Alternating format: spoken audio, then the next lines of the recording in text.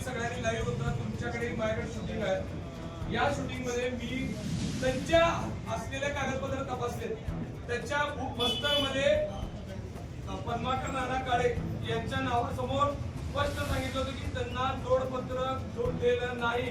हा पुरावा कालच्या शूटिंग मध्ये लाईव्ह मधला तुमच्या सगळ्यांच्या रेकॉर्डिंग मध्ये असं असताना आता जे निवडणूक अधिकारी म्हणतात त्यांनी जोडलेलं आहे. तुम्ही तुमच्या एका कागदामध्ये तुमच्या मस्टरमध्ये सांगतात की ते जोडलेलं नाही, कारण का ते 29 तारखेला घडलं होतं. त्यांनी नामनिर्देशन पत्र 29 तारखेला दाखल केलंय.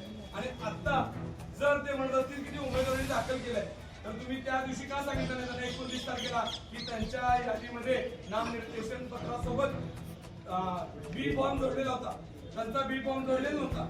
असा प्रत्येक उमेदवाराच्या बाबतीत ही घटना घडलेली आहे. माझा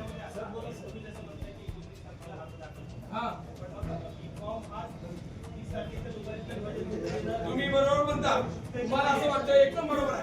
बी फॉर्म जर आला असेल तर तो त्यांचा, माझं एक उदाहरण देतो, कोणत्या वेळेत आला त्याची नोंद काय आणि त्याचं सीसीटीव्ही फुटेज आम्हाला द्यावं. तुम्ही म्हणता ना हे दुसऱ्या दिवशी 3 वाजेपर्यंत देण्याचा अधिकार आहे, मलाही मान्य आहे. कोण आणून दिलं त्याची नोंद काय, कुठल्या वेळेला ते दाखल झालं तुमच्याकडे. कारण तुम्हाला माहित आहे तिथले कुठलाही कागदपत्र देत असताना त्यांनी टाइम वेळ सेकंड सहित असं लिहून देत होते. मग ह्या लोकांचा बी फॉर्म पहिल्या पत्रात सांगता तुम्ही की नाही आहे म्हणून 29 तारखेच्या पत्रात, आणि तुम्ही 30 तारखेच्या पत्रात किंवा आता सांगताय त्यांच्याकडे त्यांनी उमेदवारी दिलाय. जर दिला होता किंवा नंतर दुसऱ्याने दिला तर त्याची वेळ आणि काळ आम्हाला का माहिती नाही. आम्ही आता मागितलेल्या त्यांना हे फुटेज मागितलेले आहे.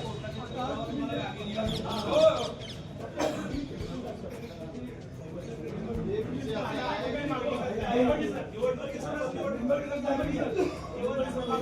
विषय असा आहे की सत्ताधारी पक्षांनी मैदानामध्ये आपल्याला विजय मिळणार नाही म्हणून अशा प्रकारचं फळ काढण्याचा प्रयत्न, बनवाबनवी करण्याचा प्रयत्न आवरून हाताशी धरून त्यांनी या ठिकाणी केलेला आहे. हे अनेक गोष्टीतून सिद्ध होत आहे. अक्कलकोटचे आमदार सचिनदादा कल्याण शेट्टी यांनी आपल्याला काल मुलाखत देताना सांगितलंय की आम्ही जोडपत्र 1 आणि 2 आधीच दिलेलं होतं, आम्ही पोहोच घ्यायला आलो. पोहोच घ्यायला कोणत्या पक्षाचा आमदार येतो आणि किती पळत पळत येतो यातच घ्यायला आल्याचं उत्तर घडलेलं आहे. अतिशय बनवाबनवी करण्याचा प्रयत्न भारतीय जनता पार्टीकडून केला जातोय. रिटर्निंग ऑफिसरचं काय उत्तर येणार हे आम्हाला अपेक्षित होतं. अतिशय गोलमाल अशा प्रकारचं उत्तर दिलेलं आहे. वास्तविक पाहता रिटर्निंग ऑफिसर हे न्यायासनावर बसलेले निर्विवेक बुद्धीनं त्यांनी न्याय द्यायला पाहिजे होतं, पण सत्ताधाऱ्यांच्या दबावाला बळी पडत त्यांनी त्या पद्धतीनं चुकीचा निर्णय दिलेला आहे आणि आमच्या हक्क फेटाळण्याचा प्रयत्न करत आहे. आम्ही त्यांना पुन्हा पुन्हा विनंती करतो की 2 दिवसाचे सीसीटीव्ही फुटेज तुम्ही द्या. ज्यांनी कुणी तुम्हाला बी फॉर्म आणून दिला असेल त्याचा चेहरा दिसू द्या, वेळ दिसू द्या आणि तुमच्या रेकॉर्डला त्याची नोंद दिसू द्या.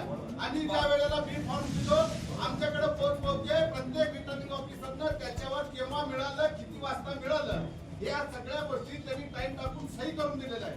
ही प्रक्रिया जर असेल तर ही प्रक्रिया त्यांच्या बाबतीत देखील लागू होते आणि सगळ्या गोष्टी इन कॅमेरा झालेल्या आहेत. इन कॅमेरा झालेल्या सगळ्या गोष्टींचं फुटेज त्यांनी आम्हाला द्यावं. माननीय मुख्य निवडणूक निर्णय अधिकारी म्हणून आम्ही आयुक्तांना आमचं लिगल नोटीस या ठिकाणी देतोय. या उपरितर अन्याय झालं तर मुंबई उच्च न्यायालयामध्ये या विरोधामध्ये आम्ही सगळे पार्टीकडून दाद मागणारच आहोत.